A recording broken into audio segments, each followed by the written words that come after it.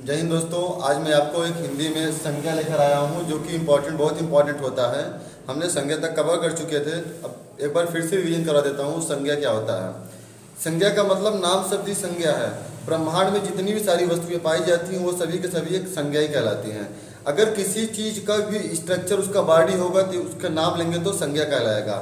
कुछ भी संसार में जितनी भी सारी चीज़ें हमें ब्रह्मांड के अंदर पाई जाती हैं वो सभी के सभी संज्ञा हैं। यदि आप इसकी परिभाषा कह सकते हैं, किसी व्यक्ति वस्तु स्थान के नाम को संज्ञा कहते हैं। किसी व्यक्ति वस्तु स्थान के नाम को संज्ञा कहते हैं। लेकिन मेरे अनुसार क्या होता है, नाम शब्द ही संज्ञा है।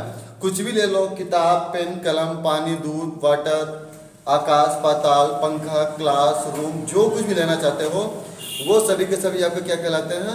संज्ञा कहलाते हैं। हमने संज्ञा बताया था। संज्ञा दो भागों में बढ़ जाता है, एक गिनती वाचक संज्ञा के रूप में, एक अनगिनत वाचक संज्ञा के रूप में। हालांकि इंग्लिश का पार्ट है, हिंदी के पार्ट में संज्ञा के 5 भेद होते हैं या संज्ञा के 5 प्रकार होते हैं। पहला होता है व्यक्तिवाचक संज्ञा, दूसरा होता है जातिवाचक संज्ञा और तीसरा होता है समूहवाचक संज्ञा, चौथा होता है पदार्थवाचक संज्ञा और पांचवा होता है भाववाचक संज्ञा। ठीक है, तो जिनमें से हम पहली संज्ञा पढ़ने जा रहे हैं आज की क्लास में व्यक्तिवाचक संज्ञा की। किसकी? व्यक्तिवाचक संज्ञा की क्लास पढ़ने जा रहे हैं। तो ध्यान समझना कि व्यक्तिवाचक संज्ञा क्या होता है। जिस ना देखिए ऐसे लिखना है, जिस शब्द से किसी व्यक्ति, वस्तु या स्थान के व्यक्तिगत नाम का बोध होता है,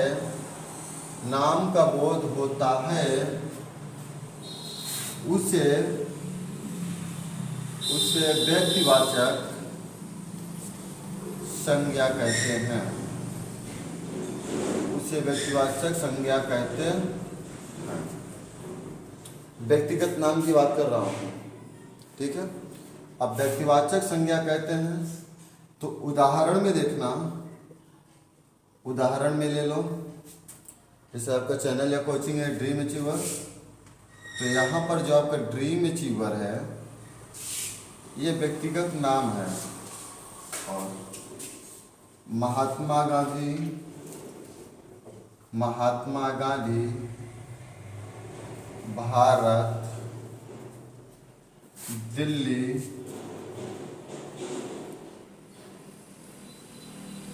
और इसमें किसी का नाम ले लेता हूँ, राम श्याम मोहन, राम श्याम, कालिदास। ये सभी के सभी आपके क्या हो जाएंगे? व्यक्तिवाचक। कहने का मतलब जिस किसी व्यक्ति का, वस्तु का या स्थान के उनके व्यक्तिगत नाम का बोध हो जो किसी के द्वारा रखा गया, उपनाम रखा गया हो।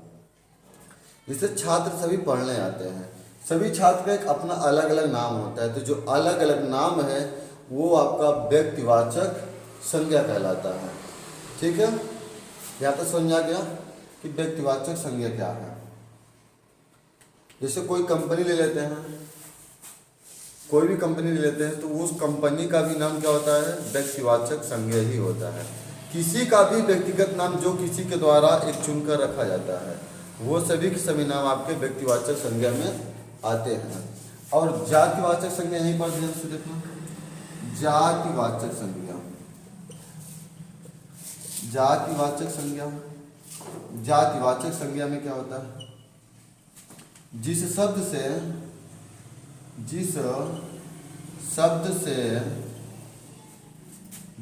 से किसी भी व्यक्ति, वस्तु या स्थान, व्यक्ति, वस्तु या स्थान अर्थात समान नाम के जाति, क्या? समान नाम के जाति का बोध होता है।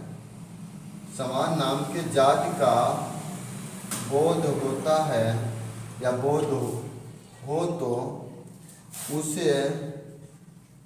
उसे जातिवाचक संज्ञा कहते हैं। जातिवाचक संज्ञा कहते हैं।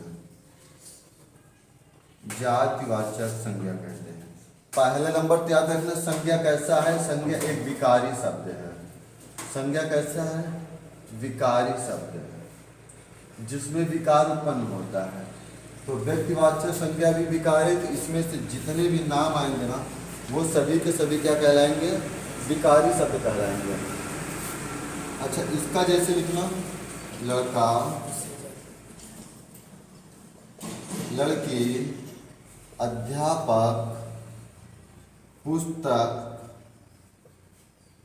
स्थान, नदी, पशु पक्षी, ETC कर दे रहा हूँ और समझा दे रहा हूँ। ये सब क्या बनेंगे? आपके जातिवाचक संज्ञा बनेंगे। ये सब क्या बनेंगे? जातिवाचक संज्ञा बनेंगे। देख लीजिए, ये सभी के सभी जातिवाचक संज्ञा बनेंगे। लिखिए, बगल हो जाओ क्या? हाँ, लिख लीजिए, बगल हो गया।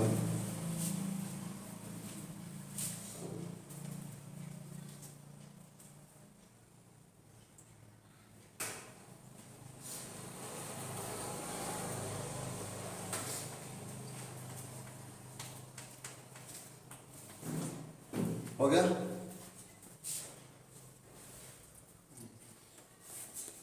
अब इसको एक बार कंफर्म थोड़ा समझना है कि व्यक्तिवाचक संज्ञा और जातिवाचक संज्ञा। देखिए यहाँ पर ये अलग है, ये इसको उदाहरण था। आप यहाँ पर थोड़ा सा समझने का अगर प्रयास करेंगे तो जाति में क्या होता है, उसी जाति का बोध होगा। जैसे फैन है सामने, तो फैन जाति का बोध होगा। मार्कर मेरे पास में है, तो मार्कर का। ये बाटल रखी है ना, बाटल भी क्या है?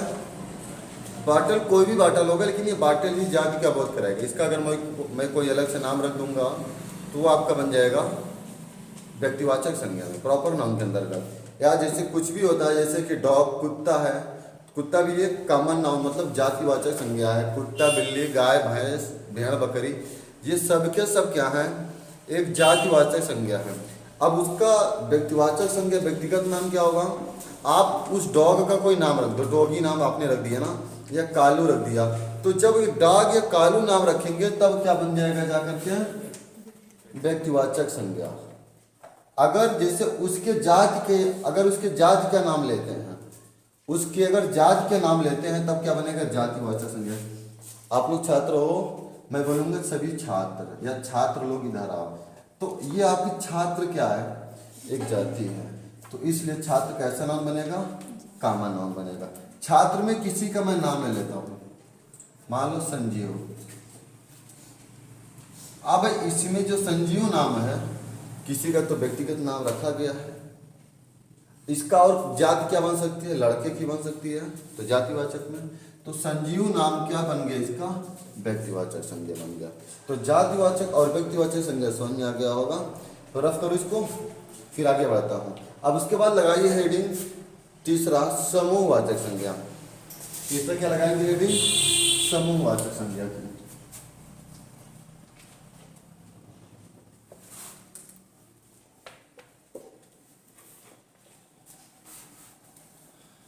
तीसरी हेडिंग लगाइए समूहवाचक संज्ञा।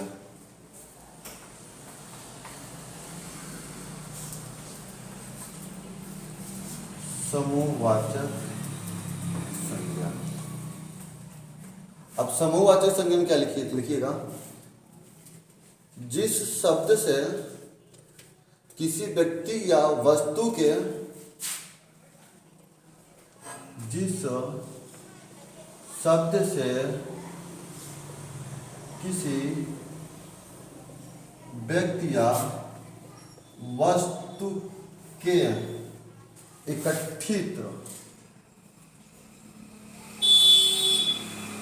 एकत्रित या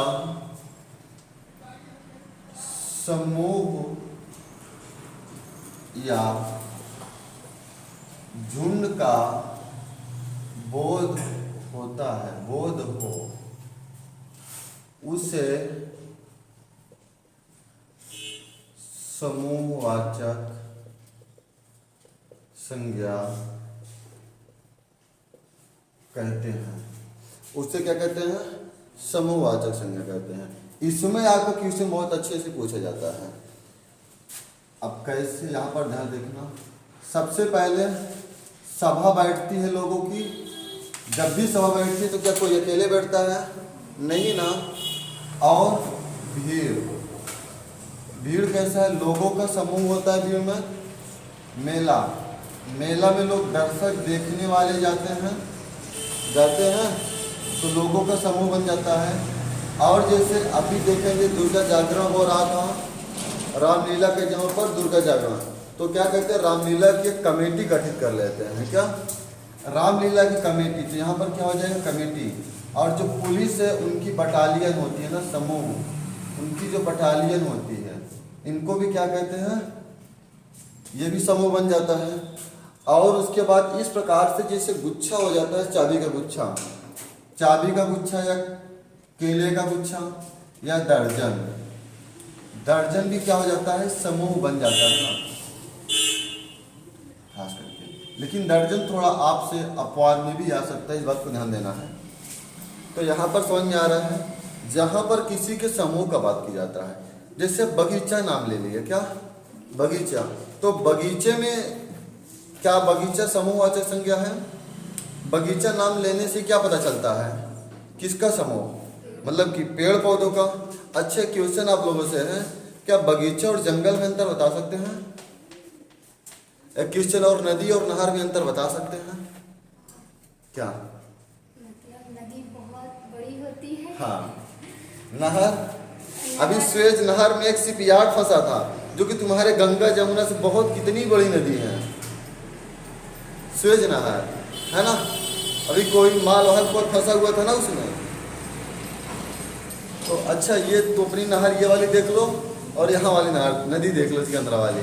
तो नदी नहर में क्या अंतर है? पहला नंबर, नदी प्राकृतिक है। जो पानी हुआ, पानी जहाँ से बारिश की पानी से बहाव कर वो अपने धारा बना करके किसी अन्य नदी या नहर में छोड़ने का प्रयास किए हैं, अर्थात यह प्राकृतिक है। लेकिन जो नहर है वो मानव निर्मित है, इंसान द्वारा खुदाया गया है। उसी प्रकार से जंगल और बगीचे में क्या अंतर होता है? बगीचा तो एक तो दो प्रकार का होता है, एक तो पार्क वाले बगीचे की बात करते हैं जहाँ पर टूरिस्ट वगैरह की बात होती है, और दूसरे देखिए उसमें भी होता है, बगीचे में फूल होंगे, पेड़ पौधे होंगे। और पेड़ पौधे कैसे होंगे? आम का होगा, महुआ का होगा, नीम का होगा, बरगद का होगा, बहुत तरह का, तो पीपल भी हो सकता है, ठीक है ना, इन सब का होगा।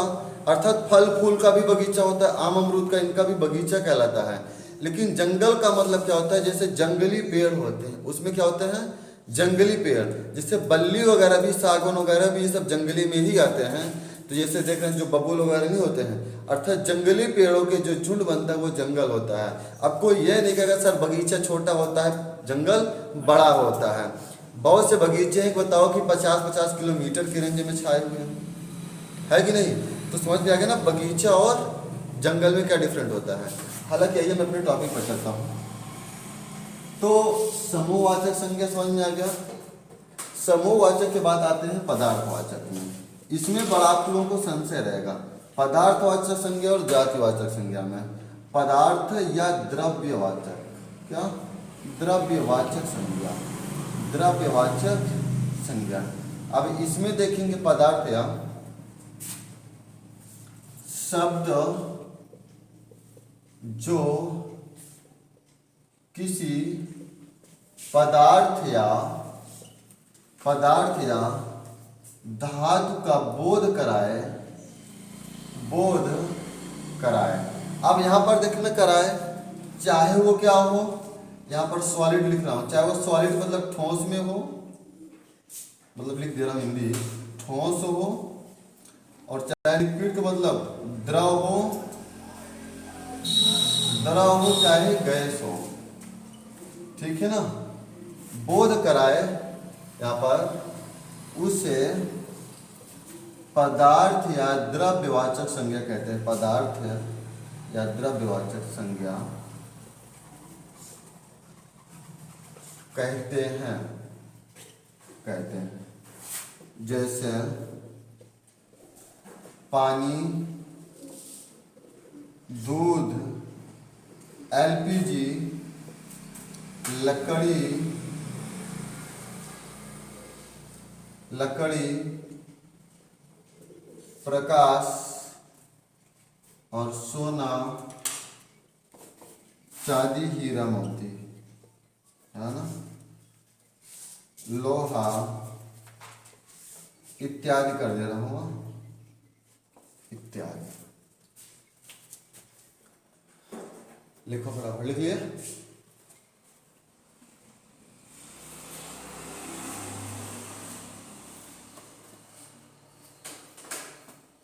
हो गया। अब इसमें ध्यान समझना है कि पदार्थ है द्रव्यवाचक संज्ञा। जैसे हमने यहाँ पर क्या कहा कि ये मेरे पास एक क्या है, इंक की बोतल है। अब ये इंक, इसमें जो पदार्थ है वो इंक क्या है, पदार्थवाचक संज्ञा। जो बोतल है ये पदार्थ नहीं है। जैसे ये बोतल है तो ये बोतल क्या है, जातिवाचक संज्ञा। अब ये फाइबर या ऑप्टिकल फाइबर से, किस फाइबर से बना है, अंदर इसके कांच है, कैसा भी है ये तो, लेकिन जिस पदार्थ से बना है वो आपका पदार्थवाचक संज्ञा बनेगा। जैसे यहाँ पर बात करते हैं दूध, दूध क्या है, पदार्थ है। अब बोलेंगे सर गेहूं चावल क्या है, गेहूं चावल भी आपका एक पदार्थ ही है। जैसे गाँव में भी भंडारा होने वाला है, नवरात्र का सीजन चल रहा है ना, अब वो जाएंगे किसी हलवाई के पास, बोलेंगे कि हलवाई मुझे एक काम करो कि मेरे यहाँ भंडारा है तो मुझे क्या करना है, तुम्हें खाना बनाना है। तो क्या बोलेगा, मैं खाना, मुझे क्या दिक्कत है, तुम दो काम करना। बोले क्या, बोले कि पैसा दे देना और भंडारा का सारा मटेरियल दे देना। तो मटेरियल का मतलब पदार्थ, तो इससे समझ में आ गया होगा। तो ऑयल वगैरह भी क्या है, सभी के सभी पदार्थ की श्रेणी में आते हैं। लकड़ी वगैरह सभी पदार्थ की श्रेणी में आते हैं। ठीक है, यहाँ तो समझ में आ गया। तो बस करता हूँ आज आपके लिए, मैं इतना ही करता हूँ। कल फिर लेकर आऊँगा भाववाचक संज्ञा। और अच्छा एक ही बचा क्या, रुको, भाववाचक संज्ञा भी खत्म कर देता हूँ ना। तो क्या मतलब है,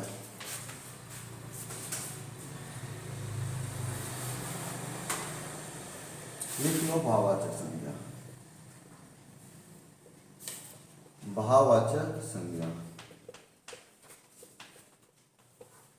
लिखिए।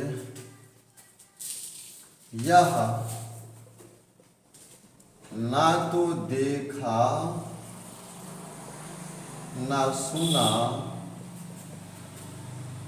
और ना ही चखा जा सकता है, केवल इसे महसूस कर सकते हैं, महसूस कर सकते हैं। केवल इसे क्या कर सकते हैं, महसूस कर सकते हैं। जैसे बात कर रहा हूं अवस्था, अवस्था भी मान लेते, युवावस्था या वृद्धावस्था, वृद्धावस्था, युवावस्था और हंसाई, बुराई, अच्छाई,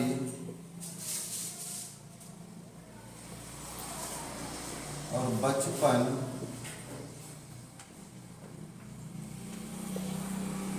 हाँ, और क्या लिख देता हूं, चीटी से कर देता हूं, बता रहा हूं उसके बाद। कहने का मतलब भाववाचक संज्ञा जो है, भाववाचक मतलब कि संज्ञा वह शब्द संज्ञा का जिसे आप न छू सकते हैं, न देख सकते हैं, न सुन सकते हैं, केवल क्या कर सकते हैं, आप एहसास कर सकते हैं। केवल क्या कर सकते हैं, एहसास कर सकते हैं। वो एहसास करने वाली चीजें भाववाचक संज्ञा कहलाती हैं। कैसे, अगर थोड़ी सी बात करता हूँ कि बचपन की, तो क्या बोला, आप लोगों ने अपने बचपन को देखा है, आपका बचपन कैसा था, देखे हो कभी? तो केवल बचपन जो आपका बॉडी स्ट्रक्चर जो था वो छोटा था, तो उससे आपने केवल ये एहसास किया था, जब बचपन में थे ना तो कोई जिम्मेदारी नहीं थी ना, क्या कोई जिम्मेदारी नहीं थी उसमें, था क्या केवल पता है, बस खाना खाना, दिन भर खेलना बहुत करेंगे, जब खेल कर आते तब ये होता था। अब तो घर में मारे जाएंगे, जब खेलते तब ऐसा नहीं होता था, क्योंकि वो बचपन था। केवल पेट में भूख लगती, इससे भूख होती है ना, भूख, तो भूख भी क्या है, एक भाववाचक संज्ञा ही है। थकान, थकान क्या है, भाववाचक संज्ञा ही है ना। आदमी के जो देखिएगा अवस्था कोई पहचान पाता है नहीं, वो तो शक्ल उनका जुलझुल होता है ना। क्या युवावस्था, आप युवावस्था को देख रहे हो क्या, कैसे युवावस्था है, वो आपके शरीर में एनर्जेटिक है, ऊर्जा है, तो आप ऊर्जावान हैं। तो इसलिए इससे आप समझ रहे हैं कि ये क्या है, मैं यंग हूँ। तो एहसास करने पर समझ रहे हैं ना, एहसास करने पर ही समझ रहे हैं। तो उसी प्रकार से बुढ़े बेचारे क्या होते हैं, उनका हाथ ऐसे ऐसे कांपने लगता है ना, तब वो क्या करते, कहते हैं हमारी अवस्था आ गई है ना। मतलब जो भी उनको एहसास हो रहा है उनकी अवस्था आ गई है। हंस आई, हंसना ये भाववाचक संज्ञा नहीं है। देखो मनोज हंस रहे हैं ना, तो ये हंसना भाववाचक संज्ञा नहीं है। जैसे कोई व्यक्ति अपने मन मुस्कुराता रहे, तो कभी नहीं होता है कि मन में उसके लड्डू फूट रहा है क्या, कहते ना कि आज तुम हंस नहीं रहे लेकिन तुम्हारे मन में लड्डू फूट रहा है। मतलब मुझे एहसास हो रहा है कि तुम्हारे अंदर हंसाई आ रही है। अच्छा, हर व्यक्ति अच्छा हो सकता है, लेकिन अच्छाई उसके साथ रहने से पता चलती है। देखने में तो हर चीज़ें अच्छी लगती हैं ना, लेकिन वो क्या सच में अच्छी होती हैं। कहते हैं यार जितना वो देखने में है सीधा ना, वो उतना सीधा नहीं है ना, है कि नहीं। तो उसी प्रकार से हाँ साई बुराई, इस प्रकार से आपका रहा भाववाचक संज्ञा। कल हम इसके संज्ञा के कुछ और ऑप्टिकल पर चर्चा करेंगे। तो आज की सेशन ये समाप्त करता हूँ। Thank you for watching this video.